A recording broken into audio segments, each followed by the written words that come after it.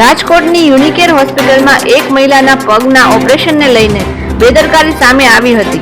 ત્યારબાદ પોલીસ ફરિયાદ કરવામાં આવી હતી. તે મામલે યુનિકેર હોસ્પિટલના એડમિને આપ્યું નિવેદન. જુઓ. હા, સપનાબેન પટેલિયા અમારી પાસે 24/4 પહેલા પણ આવેલા અને એમને એમના ડાબા પગની દુખાવા બાબતેની કમ્પ્લેન કરેલી. 24/4 એ અમારી હોસ્પિટલમાં દાખલ થયા હતા. બહારનો રિપોર્ટ કરાવીને આવેલા હતા કે ભાઈ જેમાં એવું જણાતું હતું કે ભાઈ ડાબા પગમાં એમને તકલીફ છે, એટલે એ બાબતે એમને દાખલ કર્યા હતા. પછી હોસ્પિટલમાં દાખલ કર્યા પછી આપણે જ્યારે બેડ સાઇડ એમની ડોપ્લર સોનોગ્રાફી કરવામાં આવી ત્યારે એવું જાણવામાં આવ્યું કે ભાઈ અમને પોપ્લેટિયલ આર્ટરી એન્ટ્રેટમેન્ટ પણ જમણા પગમાં પણ છે, એટલે ડાબા પગ તથા જમણા પગ બંનેનું એમને સમજાવી અને આપણે એમના ઓપરેશન એમનું કરેલું હતું. ઓપરેશન પહેલા આપણે એમની સમજણ પૂરેપૂરી આપેલ હતી અને ઓપરેશન બાબતેની કન્સન્ટ પણ આપણે લીધેલી હતી, જે અગાઉના મારા ડોક્યુમેન્ટમાં મેં આપેલ છે, મીડિયાને બધાને મેં પ્રોવાઈડ કરેલ છે. બરાબર. એમના પછી જ્યારે એમની કમ્પ્લેન નથી કે ભાઈ મારે જમણા પગનું કરવાનું જ નહોતું, એવું એમને જ્યારે ડિસ્ચાર્જ થયા ત્યારે પણ એમને કમ્પ્લેન નથી કરી કે એના પછી પણ એમને કમ્પ્લેન નથી કરી કે ભાઈ મને અહીંયા આ તકલીફ છે ને એમ.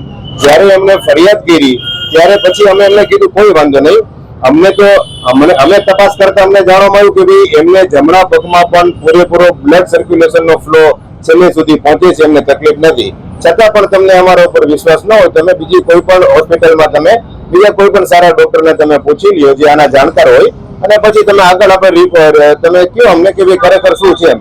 અમને તો એવું લાગ્યું નહોતું કે એમની જમણા પગમાં પણ તકલીફ છે એમ.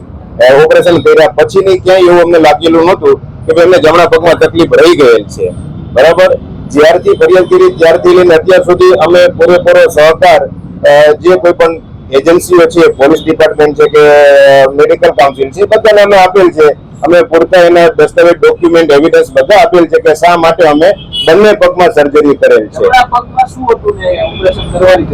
જમણા પગમાં એમને પોપ્લેટિયલ આર્ટરી એન્ટ્રેટમેન્ટ હતું, એટલે કે હા, એટલે ગાંઠ એટલે લોકોના માનસમાં એવું છે ગાંઠ એટલે ઘણું મોટું કહેવાય, પણ ગાંઠ નહીં, પણ જે બ્લડ ફ્લો છે એ રોકાતો હોય, પૂરેપૂરો ફ્લો નીચે સુધી ન પહોંચાતો હોય, એના માટેની એને નાના એવા એના આર્ટરી એન્ટ્રેટમેન્ટ હતું, એ આપણે દૂર કરવાનું હતું જમણા પગમાં, જે આપણે કરેલ હતું. ઓપરેશન સમયે કોઈ ઓપરેશન થઈ ગયા પછી દર્દીએ કોઈ ફરિયાદ કરી હતી અથવા તો આ ફરિયાદ કરી તો કેટલા સમય પછી? ઓપરેશન પછી એમને કોઈ દર્દીએ ફરિયાદ નથી કરી કે કેમ તમે જમણા પગમાં કરેલ એમ. અને અમને તો જાણ ત્યારે થઈ કે જ્યારે મહિના 1.5 મહિના પછી પોલીસમાં ફરિયાદ કરેલી અને અમને જાણ હતી કે ભાઈ અમને આ બાબતે ફરિયાદ કરેલ છે.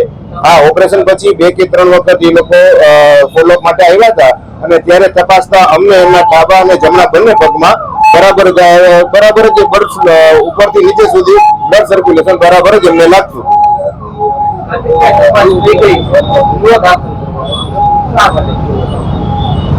ગુનો દાખલ મને ખ્યાલ નથી, હજી એના ડોક્યુમેન્ટ મારી પાસે આવેલ નથી, પણ જે કંઈ પણ દસ્તાવેજ મેં જેમ કીધું એમ જે તે એજન્સીને અમારે આપવાના હતા, મેડિકલ કાઉન્સિલને કે પોલીસ ડિપાર્ટમેન્ટ એમાં આપેલ છે. ગુનો દાખલ મેડિકલ નેગ્લિજન્સીનો છે. એમાં એવું નથી કે ભાઈ ડાબાની બદલે જમણા પગમાં કરેલ છે, બંને પગમાં કરેલ છે આપણે, અને એના માટે આપણો કોઈ એવો મોટિવ નહોતો કે ડાબા પગમાં કરી જમણા પગનું કરીને આપણે સરકાર પાસેથી પૈસા લઈએ અથવા તો દર્દી પાસેથી પૈસા લેવો કોઈ આપણો મોટિવ નહોતો. આપણે કોઈ પાસેથી પૈસા આપણે વધારે લીધેલ નથી. ઓપરેશન પછી એ સવા મહિને અમારી પાસે આવ્યા ત્યારે ફરિયાદ કરતા હતા, પછી એના પછી ફોલોઅપ માટે આવ્યા, એના પછી આવ્યા, એ દરમિયાન એમણે કોઈ ફરિયાદ નથી કરી કે મને જમણા પગમાં તકલીફ છે એમ.